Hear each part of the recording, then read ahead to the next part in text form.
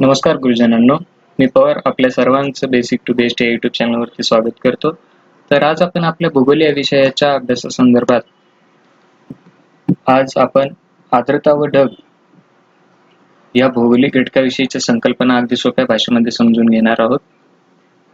तर सर्वसाधारणपणे आपण असं म्हणत असतो की हवेच्या स्थितीचे वर्णन करणारी आपण जे नेहमी विधानं म्हणत असतो की आज हवेचा दमटपणा तसेच कोरडेपणा जरा जास्तच आहे किंवा आजचं वातावरण कसं ढगाळ आहे. तर या सगळ्या संबंधांविषयी जे काही भौगोलिक त्यांचं स्पष्टीकरण आहे किंवा यांच्या संकल्पना आहेत, तर या सगळ्यांविषयी आपण सविस्तरपणे इथे आज अभ्यास करणार आहोत. आता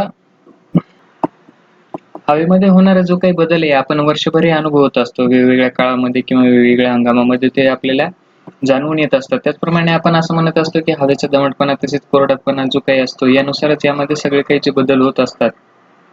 आता उदाहरणादाखल जर बघायचं झालं तर वाळवंटी प्रदेश किंवा किनारी प्रदेश तसेच जे काही पर्वतमय प्रदेश असतो येथील हवेच्या स्थितीमध्ये कशा प्रकारे बदल होत असतात याप्रमाणे सुद्धा आपण म्हणजे आता बघायला झालं तर राजस्थान हा कोरड्या व उष्ण हवेच्या प्रदेशामध्ये येतो. या हवेत तेथील काय असतं, बाष्प हे खूप कमी प्रमाणात असतं. त्यामुळे तेथील लोक कसे पेहराव करत असतात, तर तेथील पेहराव जो असतो हा सुती किंवा सैल असेच त्यांचा पेहरावा असतो. आणखीच जर बघायचं झालं तर काश्मीरचे खोरे हे थंड किंवा कोरड्या हवेच्या प्रदेशामध्ये आहे. आता तेथील हवेमध्ये बाष्पाचे प्रमाण हे कसे अल्प आहे, त्यामुळे तेथील लोक हे कसे उबदार कपडे घालत असतात. आता आपल्या महाराष्ट्रातलं एक उदाहरण घ्यायचं झालं तर आता मुंबई हे उष्ण व दमट हवेच्या प्रदेशामध्ये आहे. आता तेथील हवेच्या प्रमाणामध्ये बाष्पाचं प्रमाण कसं आहे, सगळ्यात जास्त आहे. त्यातच जर आकाशात काळे ढग जमले तर हवेतील उष्णता काय असते, अधिक वाढत असते.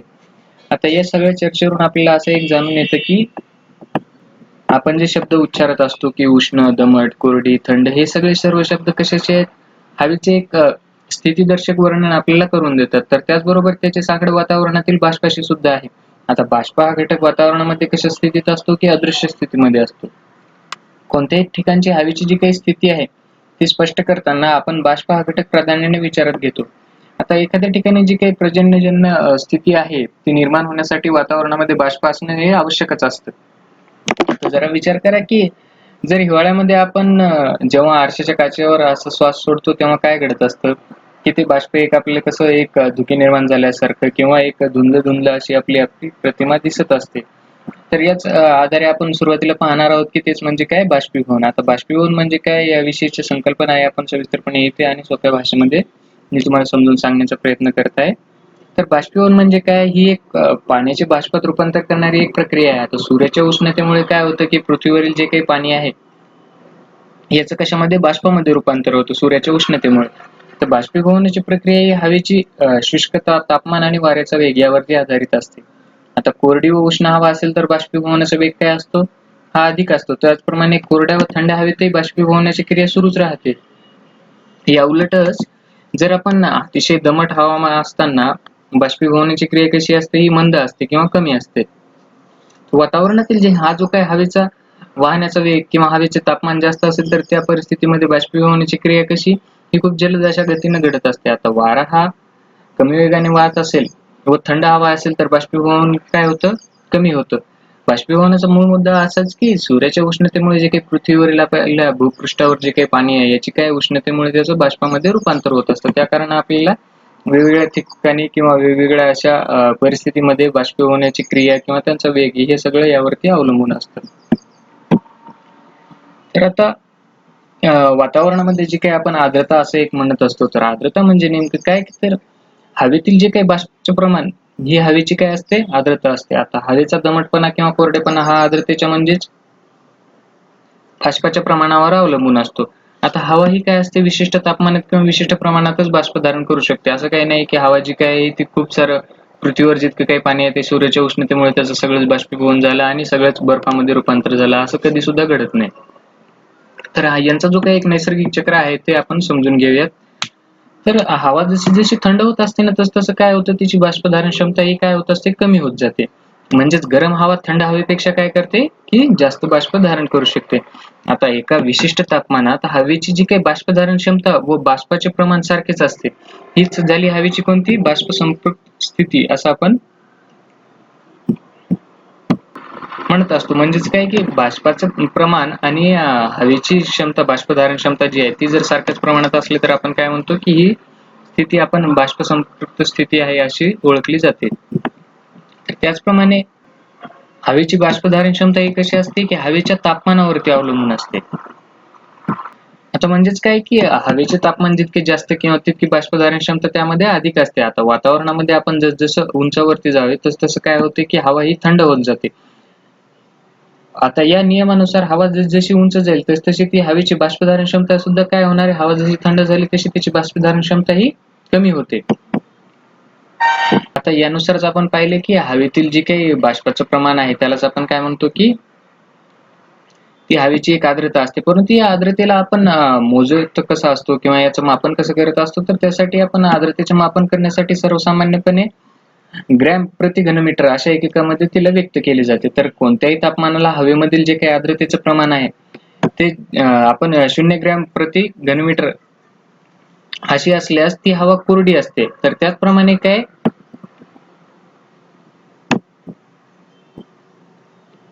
कोणतीही हवा जर असेल आणि ती 30 डिग्री सेल्सिअस पर्यंत तापमानामधील हवेचं जे काही बाष्प असतं त्याचं प्रमाण असतं हे 30.37 ग्रॅम प्रति घनमीटर असल्यास आपण काय म्हणतो की हवा ही कशी आहे, बाष्प संपृक्त आहे. तर इथे मूळ मुद्दा हाच लक्षात घ्या की हवेचं जे काही आर्द्रतेचं मापन करण्यासाठी आपण सामान्यपणे ग्रॅम प्रति घनमीटर अशा एककामध्ये व्यक्त करत असतो. तर आता सपोज एका उदाहरणादाखल समजूयात की एका घनमीटर हवेमध्ये 15 डिग्री सेल्सिअस तापमानामध्ये 12.8 ग्रॅम इतकी हवा बाष्प धारण करण्याची क्षमता असते. तेवढेच बाष्प त्या हवेत असल्यास ती हवा कशी आहे की बाष्प संपृक्त आहे असं आपण म्हणतो. आता याच आधारे आपण पुढील एक संकल्पना पाहूयात, तीच काय की निरपेक्ष आर्द्रता. आता निरपेक्ष आर्द्रता म्हणजे काय की एका घनमीटर हवेमध्ये किती ग्रॅम बाष्प आहे त्यावरून निरपेक्ष आर्द्रता काढली जाते. आता उदाहरणादाखल जर बघायचं झालं तर सागरी भागात हवेची निरपेक्ष आर्द्रता ही भूभागावरील हवेपेक्षा अधिक असते. तर त्याचप्रमाणे काय असते की जे विषुववृत्तीय प्रदेश असतात, जेच म्हणजे की आपण 0 डिग्रीचा अक्षवृत्त म्हणतो, तर या प्रदेशामध्ये निरपेक्ष आर्द्रता काय असते की जास्त असते. त्याचप्रमाणे जसं आपण उत्तर किंवा दक्षिण ध्रुवाकडे जाऊ त्याप्रमाणे ती कमी होत जाते. आता कमी होत जाण्यापाठीमागचं कारण की उत्तर आणि दक्षिण ध्रुव हे ते कसं तापमान असतं की खूप कमी असं असतं. त्यामुळे तेथील हवा कशी थंड असते, त्यामुळे तेथील हवेमधील जी काही निरपेक्ष आर्द्रता आहे ती कशी असणार आहे, कमी कमी असणार आहे. आता त्याचप्रमाणे हे घडत असतं की पृथ्वीवर आता जमीन आणि पाणी यांचे वितरण काही सारखं नाहीये. ते कसं आहे, वितरणामध्ये त्यांचा फरक पडलेला असतो. तर यामुळेच काय होतं की पृथ्वीवर जे काही जमीन आणि पाणी यांचं वितरण आणि ऋतुमान यानुसार सुद्धा निरपेक्ष आर्द्रतेमध्ये एक फरक पडत असतो. आता त्यानंतर पुढील आपण संकल्पना पाहणार आहोत ती आहे की सापेक्ष आर्द्रता. आता सापेक्ष आर्द्रता म्हणजेच काय की एका विशिष्ट तापमानास व विशिष्ट घनफळ असलेल्या हवेतील जी काही निरपेक्ष आर्द्रता व त्याच तापमानावरील हवेची बाष्पधारण क्षमता याच्या गुणोत्तरावरून आपण काय हवेची सापेक्ष आर्द्रता सांगत असतो. इथे मूळ मुद्दा हा लक्षात घ्या की एका विशिष्ट तापमानास व विशिष्ट घनफळ असलेल्या काय हवेमधील निरपेक्ष आर्द्रता आणि त्याचंच काय तापमानावरील हवेची बाष्पधारण क्षमता याच्या गुणोत्तरावरून आपण सापेक्ष आर्द्रता काढत असतो. तर सापेक्ष आर्द्रता ही कशी आपण टक्केवारीमध्ये व्यक्त करतो. तर सापेक्ष आर्द्रता बरोबर काय निरपेक्ष आर्द्रता भागिले बाष्पधारण क्षमता गुणिले 100 कशासाठी की टक्केवारीमध्ये व्यक्त करण्यासाठी. तर आता तापमानातील फरकानुसार जे काही हवेमधील बाष्पाच्या प्रमाणामध्ये सुद्धा फरक पडतो. त्याचबरोबर काय सापेक्ष आर्द्रता सुद्धा बदलत जाते. आता उदाहरणादाखल जर आपल्याला अनुभवायचं असेल तर साधारणपणे सकाळी किंवा रात्री ही सापेक्ष आर्द्रता कशी असते, जास्त असते. आता दिवसा तापमान वाढल्यामुळे काय होतं की सापेक्ष आर्द्रता ही काही कमी होऊन जाते. त्याचप्रमाणे समुद्र किनाऱ्याजवळील काही प्रदेशामध्ये सापेक्ष आर्द्रता जास्त असते. त्यामुळे तेथील हवा कशी असते, एक दमट अशा प्रकारची असते. मुंबई जवळचे जे काही आता समुद्र किनारा आहे त्यामुळे तेथील हवा कशी आहे की दमट आहे. त्याचप्रमाणे जर आपण वाळवंटी प्रदेशामध्ये सापेक्ष आर्द्रता कमी असते, त्यामुळे त्या ठिकाणची हवा कशी आहे की एकदम कोरडी अशा प्रकारची आहे.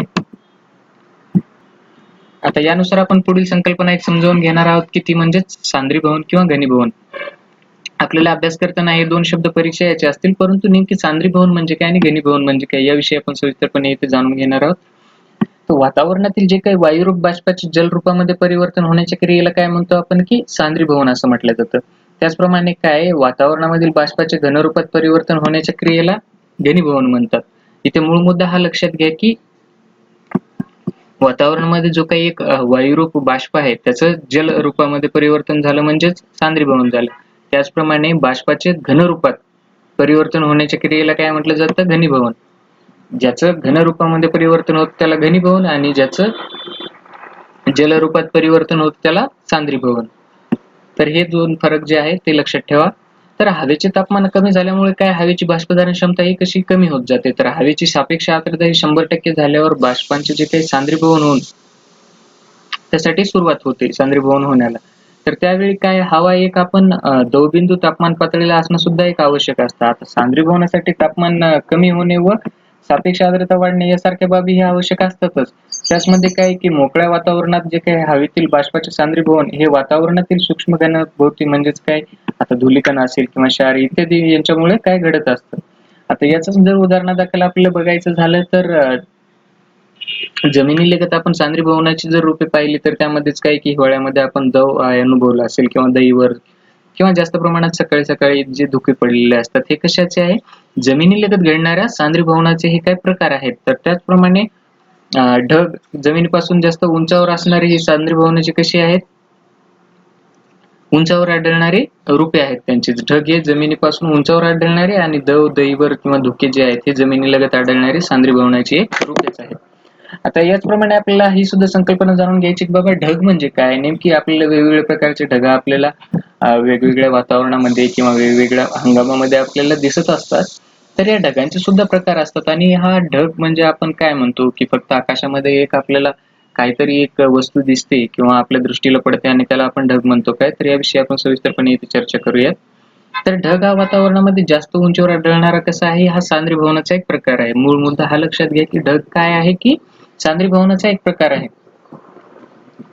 आता यामध्येच काय होतं की वातावरणातील जे काही सूक्ष्म कणाभोवती सांद्रीभवन होते. आता सगळ्या या संकल्पना समजून घेताना एक मूळ मुद्दा इथे लक्षात घ्या की जे काही आपण संकल्पना अभ्यासणार आहोत त्या फक्त समजून घेण्याचा प्रयत्न करा. त्याचा आपल्या ही भूगोल एक असा विषय आहे की जोपर्यंत आपण समजून घेत नाही किंवा प्रत्यक्षपणे त्याविषयी अनुभव करत नाही तोपर्यंत त्या संकल्पना आपल्या लक्षामध्ये येणार नाहीत. तर या ज्या काही संकल्पना आहेत त्या आपल्याला बुद्धीला पटतील त्या अनुषंगाने आपण प्रत्येक संकल्पनेचा बारकाईने विचार केला पाहिजे. त्यासाठी ते एक लक्षपूर्वक काळजी देणं आणि ऐकणं हे सुद्धा इथे या ठिकाणी गरजेचंच आहे. तर त्याचप्रमाणे आपण आता आपल्या मूळ चर्चेकडे वळूयात की वातावरणातील जे काही सूक्ष्म कणाभोवती सांद्रीभवन होते. आता सांद्रीभवन म्हणजेच काय आपण पाहिले की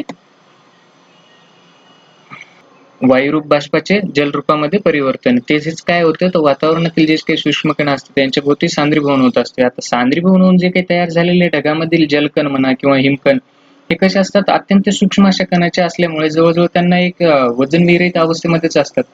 आता त्यामुळे सगळ्यात मोठी गोष्ट काय होते की जे एक आपल्याला आश्चर्यचकित करते, ढग हे काय असतात की हवेमध्ये तरंगत असतात. तर याचं भौगोलिक स्पष्टीकरण अथवा मूळ भौगोलिक कारण याचं असं आहे की सांद्रीभवन हे सूक्ष्म कणाभोवती झालं आणि सांद्रीभवनामुळे तयार झालेल्या ढगातील जलकण म्हणा किंवा हिमकण म्हणा यांचं वजन काय आहे की खूप असं सूक्ष्म अशा पद्धतीचं आहे. त्यामुळे हवेमध्ये ढग काय आहेत? तरंगत असतात.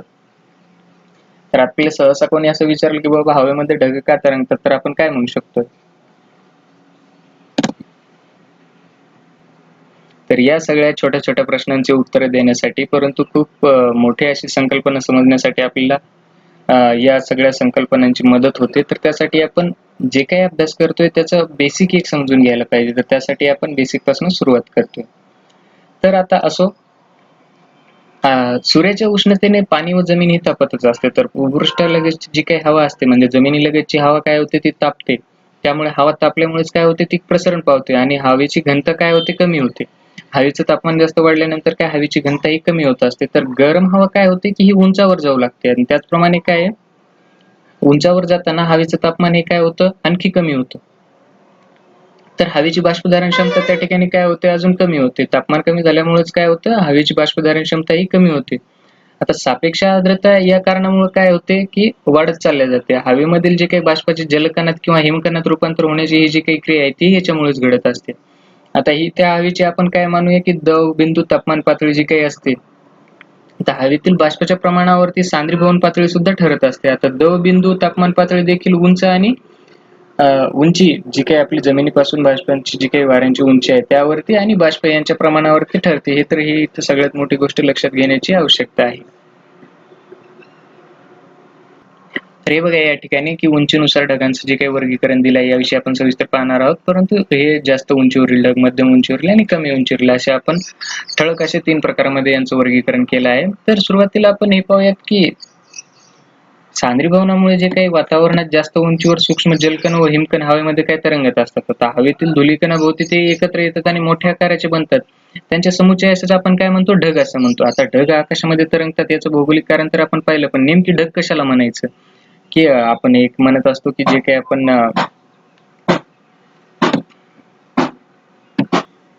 आकाशाकडे पाहिल्यानंतर आपल्याला वेगवेगळ्या प्रकारचे ढगही दिसत असतात. इव्हन दो आपल्याला त्यांचे प्रकार कोणत्या प्रकारचा ढग आहे हे माहितीही नसतं, परंतु त्यांचे सुद्धा त्यांच्या उंचीनुसार हे वेगवेगळ्या प्रकारामध्ये त्यांचं वर्गीकरण केलेलं असतं. तर नेमकी ढग म्हणजेच काय, की सांद्रीभवनामुळे जे काही वातावरणामध्ये जास्त उंचीवर सूक्ष्म जलकण आणि हिमकण हवेमध्ये तरंगत असतात. आता हवेतील जे काही धुलीकण असतात त्याभोवती ते एकत्र जमतात आणि मोठ्या आकाराचे बनतात. त्यांच्या समुच्चयास आपण काय म्हणतो, किंवा त्यांचं जे काही संचयन असतं त्यालाच आपण काय म्हणतो, की ढग असं म्हणत असतो. तर हवेचा एक प्रवाह कसा असतो, जोरदार ऊर्ध्वगामी असतो, म्हणजेच वरच्या दिशेने प्रवाहामुळे ते वातावरणामध्ये तरंगत राहतं. तर हे याचं एक कारण आहे, की ढग हवेमध्ये तरंगण्याचं कारण आहे, की हवेचा जो काही ऊर्ध्वगामी प्रवाह आहे याच्यामुळे त्यांना काय हवेमध्ये तरंगण्यास मदत होते. आता ज्याप्रमाणे आपण पाहतो की उदाहरणादाखल जर पाहायचं झालं तर आपण पतंग उडवताना जर पतंग आपली जास्त उंचीवर जर गेला तर तो पतंग काय आपल्याला तरंगू लागतो. त्याला आपण जास्त ढील दिली किंवा हे जर केलं तर त्यामध्ये त्याची जी काही एक योग्य अशी उंची गाठल्यानंतर तो स्वतः पतंग उडवताना कसा आहे, की आपल्या जमिनीपासून विशिष्ट अशी उंची त्याने प्राप्त केल्यावरती तो तरंगू लागतो. त्याचप्रमाणे काय ऊर्ध्वगामी प्रवाहामुळे ढग काय असतात, की हवेमध्ये तरंगत असतात. आता समुद्र सपाटीपासून जे काही निरनिराळ्या उंचीवरती आपण वातावरणामध्ये ढग आढळत असतात, तर अति जास्त उंचीवर तयार होणारे ढग हे बहुधा कसे असतात, सूक्ष्म अशा प्रकारचे हिमकणापासून तयार झालेले असतात. तर या ढगामध्ये जर आपल्याला पाहायचं झालं तर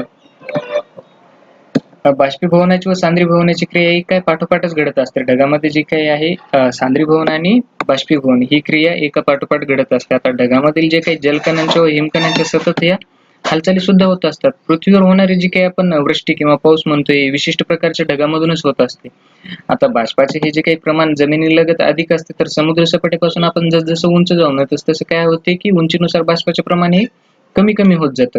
कारण की हवा उंचीनुसार गेल्यावरती काय हवेचं एक बाष्प धारण करण्याची क्षमता काय होते, कमी होत जाते. त्यामुळे कमी उंचीवरील ढग कसे असतात, की आकाराने मोठे असतात, तर जास्त उंचीवरील ढग काय आकाराने लहान असतात. हे बघा कमी उंचीवरील ढग इथे बघितलं दाखवलं जात आहे, की यांचा आकार कसा आहे आणि जास्त उंचीवरील ढग यांचा आकार. आता यांचं जे काही ढगांचे एक वर्गीकरण केले आहे ते आंतरराष्ट्रीय वर्गीकरणानुसार त्याचे 10 प्रकार केलेले आहेत. प्रकार खूप जास्त आहेत. फक्त परीक्षेच्या दृष्टीने आपल्याला महत्त्वाचे जे आहेत तेच, की या ढगांची ओळख आपण कशी करू शकतो किंवा एका ढगाचं दुसऱ्या ढगामध्ये कशा पद्धतीने रूपांतरण होतं याविषयी आपण सविस्तरपणे इथे चर्चा करणार आहोत. तर जे काही आंतरराष्ट्रीय वर्गीकरणानुसार आपल्याला ढगांचे 10 प्रकार दिलेले आहेत यामध्ये महत्त्वाचे आहेत तेच, की यांचं वर्गीकरण हे उंचीनुसार केलेलं आहे. तर आपण यांना उंचीनुसार सुद्धा लक्षात ठेवू शकतो किंवा लक्षात ठेवण्याचा एक प्रयत्न जरी केला तरी पुष्कळच आहे. तर यामध्ये आपण पहिलं पाहणार आहोत तेच म्हणजे काय एक साधारण उंचीमध्ये जे काही 7,000 ते 14,000 मीटर एवढ्या उंचीमध्ये, इथे लक्षात घ्या की ही उंची मीटरमध्ये आहे, किलोमीटरमध्ये नाही. तर मीटरमध्ये उंची आहे.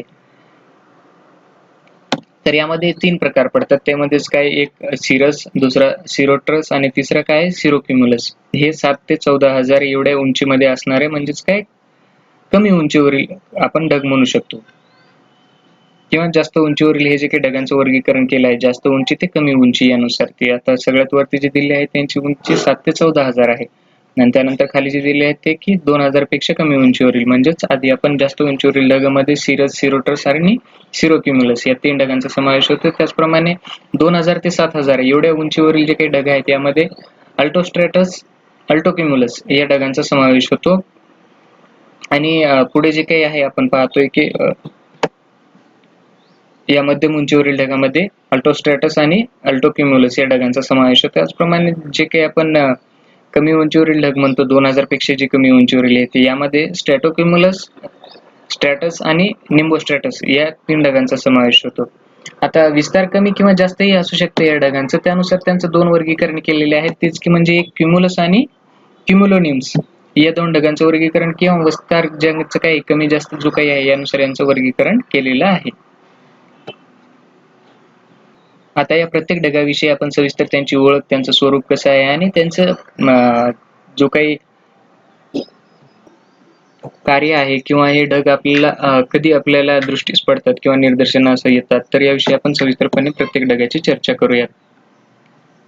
आता यामध्ये जे काही आपण ढगांची उंचीनुसार वर्गीकरण केलेले आहे, यामध्येच ते ढगाच्या तळाकडील उंचीवरील ठरत असतात. म्हणजेच काय, इथून आपण जमिनीपासून जितके उंच जाऊ त्यानुसार काय वेगवेगळे ढग आपल्या निदर्शनास येतात, त्यानुसार त्यांचं वर्गीकरण आहे. ते म्हणजेच काय, ढगांची उंची जर आपण 7,000 ते 14,000 मीटर दरम्यान असेल, तर त्यांना आपण काय म्हणत असतो की हे जे आहेत ते अति उंचावरील ढग आहेत. जर हीच उंची आपण 2,000 ते 7,000 दरम्यान असेल, तर ती कशी मध्यम उंचीचे ढग आहेत असे म्हटले जातं. त्याचप्रमाणे कमी उंचीवरील ढगामध्ये समावेश होतो ते 2,000 मीटर पेक्षा कमी उंची असलेल्या ढगांना आपण काय, कमी उंचीवरील ढग यामध्ये या प्रकाराचं वर्गीकरण केलं आहे. आता आपण सविस्तरपणे पाहूयात की जास्त उंचीवरील ढग, कमी आणि मध्यम उंचीवरील ढग हे जे काही आपण प्रकार केले आहेत, ते प्रत्येक प्रकार आपण सविस्तरपणे जाणून घेऊयात. आता जास्त उंचीवरील जे काही ढग आहेत, म्हणजेच हे ढग यामध्येच कोणते कोणते आपण पाहिले की 3 प्रकार येतात. ते म्हणजेच काय, सिरस, सिरोस्ट्रॅटस आणि सिरोक्युमुलस. आता यांची उंची काय साधारण इथं 7,000 ते 14,000 मीटर पर्यंत या दरम्यान यांची उंची असते जमिनीपासून. तर हे ढग मुख्यतः कसे बनलेले असतात की हिमस्फटिकाचे बनलेले असतात. तर त्यांचं वर्गीकरण हे आपण जे केलेलं आहे सिरस, सिरोक्युमुलस आणि सिरोस्ट्रॅटस या प्रकारामध्ये केलंय. आता सिरस हा जो काही ढग आहे हा मुख्यतः कसा असतो, एक तंतुमय असा असतो. तर सिरोक्युमुलस या ढगाचे स्वरूप कसं असतं, लहान लहान लाटांच्या समुदायासारखे दिसत असते. हे बघा, लाटांच्या समुदायासारखं आपल्याला दिसते ना, तर या प्रकारचं. त्याचप्रमाणे सिरोस्ट्रॅटस काय असते की हे वळ्या पडलेल्या चादरीसारखे दिसतं. आता हे काही वळ्या पडलेल्या सारखं दिसत आहे का, तर त्यांच्या भोवती बरेचदा आपल्याला तेजोमंडल असल्याचं सुद्धा भासतं. आता त्याचनुसार आपण मध्यम उंचीवरील ढगाविषयी सविस्तर जाणूयात की यामध्ये आपण जे काही दोन वर्गीकरण केले आहेत, तो म्हणजेच काय, अल्टोक्युमुलस आणि अल्ट्रोस्ट्रॅटस या ढगांचा यामध्ये समावेश होतो. तर अल्टोक्युमुलस हे जो काही ढग आहे हे स्तराच्या स्वरूपामध्ये असून त्यामध्ये काय, तरंगासारखी रचना असते. हे बघा, इथे थर जे काही दिसतात अशा प्रकारची एक रचना असते. आता बहुधा हे पांढऱ्या रंगाचे असून त्यामध्ये काय की करड्या रंगाच्या अशा छटा असतात. आता अल्ट्रोस्ट्रॅटस हे ढग कसं असतं, कमी जाडीचं असतं. यामधून सूर्यदर्शन होऊ शकते, मात्र सूर्यदर्शन हे कसं आपल्याला एखाद्या दुधी काचेमधून सूर्याकडे पाहिल्यासारखं आपल्याला जाणवतं त्यामध्ये. आता कमी उंचीवरील ढगामध्ये जर आपण पाहिलं तर यामध्ये 5 वेगवेगळे प्रकार केलेले आहेत. तर त्यामध्येच आपण पाहिलं की स्ट्रॅटोक्युमुलस या ढगामध्ये काय असतात की थर असतात. हे म्हणजे वेगवेगळे थर जे दिसत आहेत, हा कोणता प्रकार झाला की स्ट्रॅटोक्युमुलस या थराचा. आता त्याचा रंग कसा आहे, पांढरा आहे. त्याचप्रमाणे या ढगाचे कसे अनेक असे गोलाकार हे पुंजके सुद्धा आपल्याला दिसत असतात किंवा आढळून येत असतात. आता स्ट्रेटस ढगात देखील थर असतात. हा जो काही स्टेटस आहे या ढगामध्ये देखील सुद्धा काय असतात, थर असतात. तर याचा रंग कसा आहे, राखाडी असा असतो आणि तळाकडील भाग कसा एक समान आहे असंच आपल्याला भासून येतो. या ठिकाणी तळ जो काही आहे तो एक समान असं दिसत असतो. आता निम्बोस्ट्रॅटस हे ढग सुद्धा जाड थराचं असतं. आता याचं थर बघा कसं आहे, जाड आहे. तर गडद राखाडी रंग असतो निम्बोस्ट्रॅटस या ढगांचा आणि त्यापासून रिमझिम असा पाऊस किंवा हिमवर्षाव आपल्याला होऊ शकतो. आता पुढील जे काही आपले 2 प्रकार आहेत त्यामध्ये की आपण क्युमुलस ढग याविषयी पाहणार आहोत. तेच म्हणजे काय, भूपृष्ठापासून जवळपास 500 ते 6,000 मीटर उंचीच्या दरम्यान उभा विस्तार असणारा हा ढग कोणता आहे, हा क्युमुलस ढग आहे. तर याला काय म्हणायचं, याचा विस्तार कसा असतो, एक जास्त असतो. त्याचप्रमाणे हवेचा जोरदार जो काही आपला एक ऊर्ध्वगामी प्रवाह खालनं वरती, म्हणजेच काय ऊर्ध्वगामी या प्रवाहाच्या ढगाच्या निर्मितीसाठी काय हातभार लावतो किंवा हे एक मुख्य कारण आहे त्याचं की ऊर्ध्वगामी हवेच्या प्रवाहामुळे या ढगाची निर्मिती होते. आता हे ढग कसं दिसतं, आपल्याला एक आवाढव्य असं दिसतं. तर या ढगाचा काही वेळेस असा उभा विस्तार इतका वाढतो की त्याचे क्युमुलोनिम्स या ढगामध्ये रूपांतर होते आणि त्यामधूनच काय आपल्याला पाऊस पडत असतोय. आता इथे महत्वाचा मुद्दा हा लक्षात घ्या की या ढगाचं रूपांतर कशामध्ये होतं, क्युमुलस या ढगाचं रूपांतर क्युमुलोनिम्स या ढगामध्ये होतं. तर लक्षात घ्या, परीक्षेच्या दृष्टीने महत्वाचं इथे आहे की एकाच ढगाचं फक्त रूपांतर दुसऱ्या ढगामध्ये जे काही केलं जातं त्यामध्ये महत्वाचं आहे क्युमुलोनिम्स ढगाचं रूपांतर क्युमुलस या ढगाचं रूपांतर क्युमुलोनिम्स या ढगामध्ये होतं. तर असं आता आपण पुढील क्युमुलोनिम्स या ढगाकडे पाहूयात. तर हे एक वैशिष्ट्यपूर्ण ढग कसं आहे की वादळाचं निर्देशकच आहे. जेव्हा आपण म्हणतो की जास्तच हे बघा, हे काय आहे की क्युमुलोनिम्स हा एक ढग आहे. तर जेव्हा काय आपण म्हणत असतो की वादळाचे निर्देशक असणारे या ढगांकडे म्हणून आपण एक सहज आपला असा समज असतो की असे ढग दिसले म्हणजेच काय वादळी वाऱ्यासह पाऊस होणार. तर हे ढगाचं जे काही स्वरूप आहे ते आपण पाहूयात की हे ढग कसं दिसतंय आपल्याला की काळ्या रंगाचं दिसतंय. त्याचप्रमाणे घनदाट आणि एक मोठा असं विशाल महाकाय पर्वतासारखा दिसतो आपल्याला. त्या ढगाच्या माथ्याजवळील जो काही भाग आहे तो कसाच आयरणीसारखा आपल्याला हा सपाट दिसतो इथे. तर या ढगामध्ये गडगडाट सुद्धा होत असतो. तसेच यामुळे काय असतात विजाही चमकत असतात. आता विजा चमकण्याचं मूळ कारण म्हणजेच काय ते आपण पुढे पाहूयात की कधी-कधी तर यामधनं काय होतं वादळी वाऱ्यासह जोरदार पाऊसही होण्याची संभावना या ढगांमुळेच असते. तर जे काही आकाशामध्ये असणाऱ्या सर्वात मोठ्या क्युम्युलोनिम्स या ढगांमधूनच काय होत असतं की विजांचा हा कडकडाट आणि त्याच्यासह पाऊस सुद्धा पडत असतो. या ढगाच्या वरच्या भागामध्येच काय आहे की धनप्रभार म्हणजेच काय पॉझिटिव्ह आणि खालच्या भागामध्येच हा जो याचा ढग हा झाला पूर्ण ढग आणि याचाच काय हा खालचा भाग निगेटिव्ह वरचा भाग काय आहे पॉझिटिव्ह असा प्रभार याच्यावरती असतो. तर त्याच्या खाली जमीन ही काही नेहमी धनप्रभारयुक्तच असते. इथे एक गोष्ट लक्षात घ्या जमीन ही नेहमी धनप्रभारयुक्तच असते. तर यामधील भाराच्या फरकामुळे जोच काही आहे इथे पॉझिटिव्ह निगेटिव्ह आता इथे पॉझिटिव्ह आहे तर याला अजून एक निगेटिव्ह पाहिजेच ना. तर यांचं एक संतुलन करण्यासाठीच काय होतं की या भारामध्ये जे काही फरक आहे यांचाच विद्युत प्रभार एक निर्माण होतो आणि त्यामुळेच काय होतं की विजेचा लखलखाट होतो. आकाश क्षणमात्रासाठी का होईना आपल्याला एक असं फ्लॅश पडल्यासारखं किंवा उजळल्यासारखं आपल्याला जाणवून येते. तर इथे एक गोष्ट महत्त्वाची लक्षात घ्या की विजेचा कडकडाट हा कशामुळे होतो तर खूप सोप्या आणि आपल्याला समजेल अशा भाषेमध्ये मी इथे सांगण्याचा प्रयत्न करत आहे की वरील जो काही भार आहे तो पॉझिटिव्ह खालील भार जो निगेटिव्ह आहे आणि जमीन ही नेहमी धनप्रभारयुक्तच असते. त्यामुळेच काय होते यांचंच एक भारामधील फरकामुळेच विजेंचा कडकडाट हा आपल्याला जाणवतो. तर असं काही नाही की ढग हे एक दुसऱ्याला धडकतात आणि आपण म्हणतोय की विजेचा कडकडाट होतो. तर असे कुठल्याही प्रकारचा गैरसमज मनामध्ये धरू नका किंवा अशा प्रकारचं जे काही उत्तर आहे ते आपण आन्सर रायटिंग करताना त्यामध्ये मेन्शन करू नका. तर जो काही त्याचं भौगोलिक कारण आहे किंवा भौगोलिक स्पष्टीकरण आहे तेच की क्युम्युलोनिम्स या ढगामुळे जे काही वरील भार पॉझिटिव्ह खालील भाग त्याचा निगेटिव्ह आणि जमीन धनप्रभारयुक्त. बऱ्याच वेळेस रिपीट करण्यामागचा उद्देश हाच की ही संकल्पना जी आहे ती आपल्या लक्षामध्ये येऊन जावी. तर यामुळेच काय होतं की विजेंचा हा कडकडाट होत असतो. या ढगाविषयी आणखी एक वैशिष्ट्य आपल्याला सांगता येईल की या ढगामधून जो काही पडणारा पावसाचे पाण्याचे थेंब जे काही असतात ते मोठ्या स्वरूपाचे असतात. आता त्यामुळे काय होतं की आता मोठे थेंब होण्यामागचं कारण असं असतं की या ढगामध्ये जे काही आपले थेंब असतात किंवा जे काही बाष्प रूपामध्ये जे काही थेंब साठवून ठेवले जातात ते खूप वेळेस असे वर खाली फिरल्या कारणामुळेच काय होतं की त्यामध्ये पाणी हे जास्तीत जास्त जमत जातं आणि त्यामुळेच काय होतं की थेंब मोठे होऊन इतके जाड होतात की ते ढगाच्या स्वरूपात आपल्याला तरंगताना एक राहू शकत नाही. त्यांचा भार हा जास्त झाल्या कारणाने ते त्या ढगामध्ये राहू शकत नाही. त्यामुळेच काय होतं की पावसाच्या अशा जाड थेंबाच्या स्वरूपामध्ये ते आपल्या जमिनीवरती येतात. तर कधी-कधी काय होतं की या ढगामधील हवा फार थंड असते. त्यामुळे हे थेंब गोठतात व गाराच्या स्वरूपात जमिनीवर पाऊस देखील येतो. त्याला आपण गारपीट असं म्हणतो की ते याच क्युम्युलोनिम्स या ढगामुळे सगळं काही घडत असतं. तर इथे सगळ्यात महत्त्वाचा हाच एक ढग आहे क्युम्युलोनिम्स आणि क्युम्युलस. हे दोन ढगांचे सविस्तरपणे अभ्यास करा किंवा त्यांच्याविषयी जे काही संकल्पना मी सांगतोय त्या लक्षपूर्वक जरी ऐकल्यात तरी तुम्हाला परत याविषयी अभ्यासण्याची आवश्यकता नाही. फक्त लक्षपूर्वक ऐका एवढीच एक अपेक्षा आहे. तर क्युम्युलोनिम्स हे ढग विजांच्या गडगडाटासाठी, गारपीटसह पाऊससाठी, त्याचप्रमाणे वादळी वाऱ्यासह पाऊस येणार असा अंदाज वर्तवण्यासाठी सुद्धा आणि सगळ्यात महत्त्वाचं म्हणजे ज्या काही गारा पडतायत तर ते सुद्धा या क्युम्युलोनिम्स या ढगामुळेच घडतात. तर अशाच प्रमाणे आपण नेहमी चर्चेतला एक विषय असतो की गारपीट किंवा ढगफुटी हा जो काही आपण प्रकार म्हणत असतो. तर नेमकी ढगफुटी म्हणजे काय की ढग फुटतात का एक दुसऱ्याला आदळून तर अशातला काही प्रकार नाही तर त्याविषयी सविस्तर भौगोलिक स्पष्टीकरण आपण जाणून घेऊयात. तर ढगफुटी हा काय एक वृष्टीचा प्रकार आहे. म्हणजे वृष्टी म्हणजे काय पावसाचा एक प्रकार आहे आणि जोरदार ऊर्ध्वगामी जे काही हवे वाऱ्यामुळे आपण जमिनीकडे येणारे पावसाचे थेंब काय ते ढगामध्येच थोपवले जातात. आता हवा वरच्या दिशेनं वाहत असल्या कारणानंच काय होते की वरील ढग तर आता आकाशामध्येच असणार आहेत त्यांना एक थोपवले जातात आणि या थेंबांचं जे काही आहे या ढगामध्ये जे काही आपले बाष्पाचे थेंब असतात यांचं गारामध्ये रूपांतर होते आणि त्यामुळे हे ढग काय होतात अधिकाधिकच जाड होत जातात. हवा जशी जमिनीपासून वर जाईल तशीच काय होणार आहे ती थंड होणार आहे आणि थंड हवेमुळेच काय या ढगांमध्ये जे काही गारांचं एक रूपांतर होत असतं त्यामुळे हे ढग कसे जाड होणार आणि हे वजन आता वर वाहणारे जे काही आपण ऊर्ध्वगामी वारे आहेत हे पेलू शकत नाहीत. त्यांची क्षमताच नाही एवढे मोठे वजन त्यांना पेलण्याची. त्यामुळेच काय होतं, की मोठ्या गारांसह कधी-कधी आपण म्हणतो, की पाऊस पडतो. याला आपण ढगफुटी असं म्हणत असतो.